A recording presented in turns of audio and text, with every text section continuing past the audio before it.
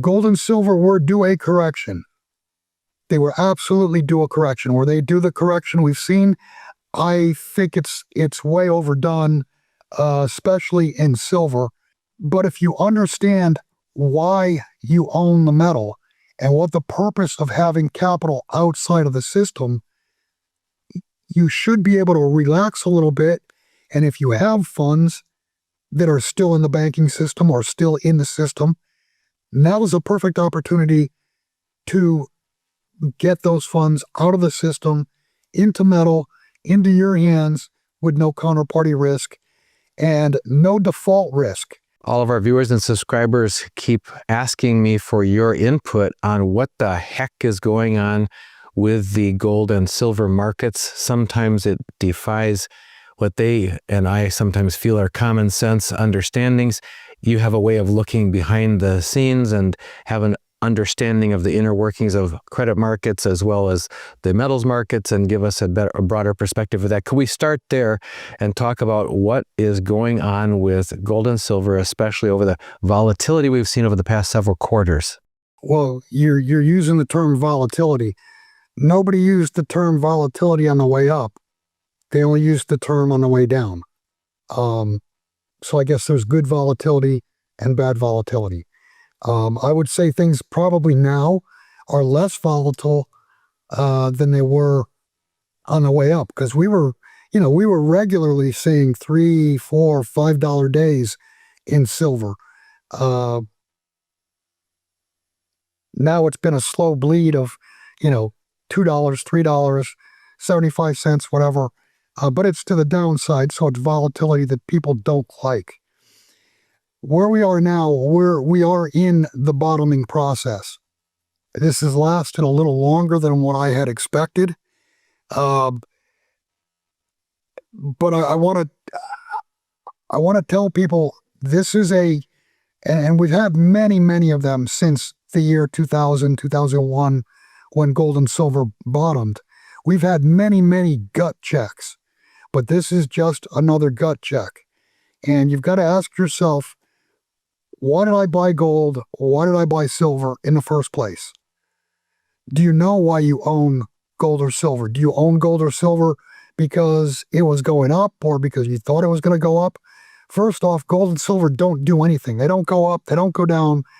They are a piece of metal that we've been fooled into pricing in fiat terms, in dollars, in yen, in euros, what have you. The way it should be, the price should be quoted is right now, the dollar is 1/4000th of an ounce of gold. 25 years ago, gold was 1/300th. If you look at gold as being priced in dollars, it's not as shocking that the price is going from 300 to 4,000 or 5,600, whatever the high was. But it is more shocking if you're looking at the dollar that's being priced by gold going from 1/300th to 1/4000th. That's a complete and utter crash of what's the number, 93%, whatever, loss of purchasing power versus real money in 25 years. But yet, that's not the way it's viewed. It's viewed as, oh, gold's going up or silver's going up. And that's not the case.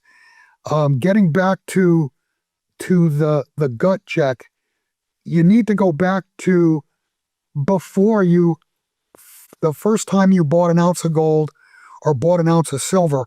Why did you do that? Were you worried about the finances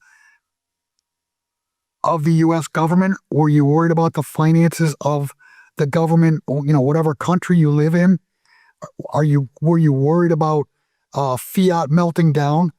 Well, that's what has happened and has been happening for the last 25 years. So we get this pullback. People are pissing in their pants because 6 months ago, we were not even 6 months ago, 4 months ago, 5 months ago, we had much higher pricing or much lower pricing in the current currencies. Gold and silver were due a correction. They were absolutely due a correction. Where they do the correction we've seen, I think it's way overdone, especially in silver. But if you understand why you own the metal and what the purpose of having capital outside of the system, you should be able to relax a little bit. And if you have funds that are still in the banking system or still in the system, now is a perfect opportunity to get those funds out of the system, into metal, into your hands with no counterparty risk and no default risk. And that's the key, no default risk. We live in a world that is basically insolvent. I don't think there's a large central bank anywhere that is healthy. And I can say that because we know the U.S. Treasury / Federal Reserve are not in healthy positions. The Treasury now is paying $1.5 trillion in interest alone. That is the biggest category of spending other than, I think, Medicare. Or I'm sorry, not Medicare, but Social Security. It's bigger than defense. It's bigger than anything else. And it will only grow, especially if interest rates go higher from here. It's going to grow much, much faster. If you look at the Federal Reserve, they have a negative equity position at this point. I looked at it, I think it was 4 years ago, they had $65 billion in equity, and interest rates have gone up since then, and their bond portfolio has cratered. The number is what, $300 billion or whatever. So they've got a negative balance sheet. As far as other nations are concerned, what do they use? What do the other nations' central banks use as their primary reserve? They use dollars that are issued by an insolvent entity. So you're looking at a financial system literally with no foundation at all. And when this is all said and done, people are going to find out that the only monetary foundation you can have is something real. Now, it doesn't have to be gold, doesn't have to be silver. It could be a commodities basket like the BRICS are proposing. But in that basket, they're proposing that 20 to 40% of that basket be gold. And then, of course, silver, and they're going to have oil, et cetera, et cetera.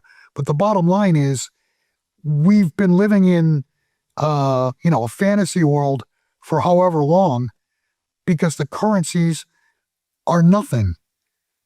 The currencies are, they have no backing other than from the issuer, and these issuers are insolvent. An article that just came out in June saying gold overtakes treasuries as the number one holding of foreign central banks.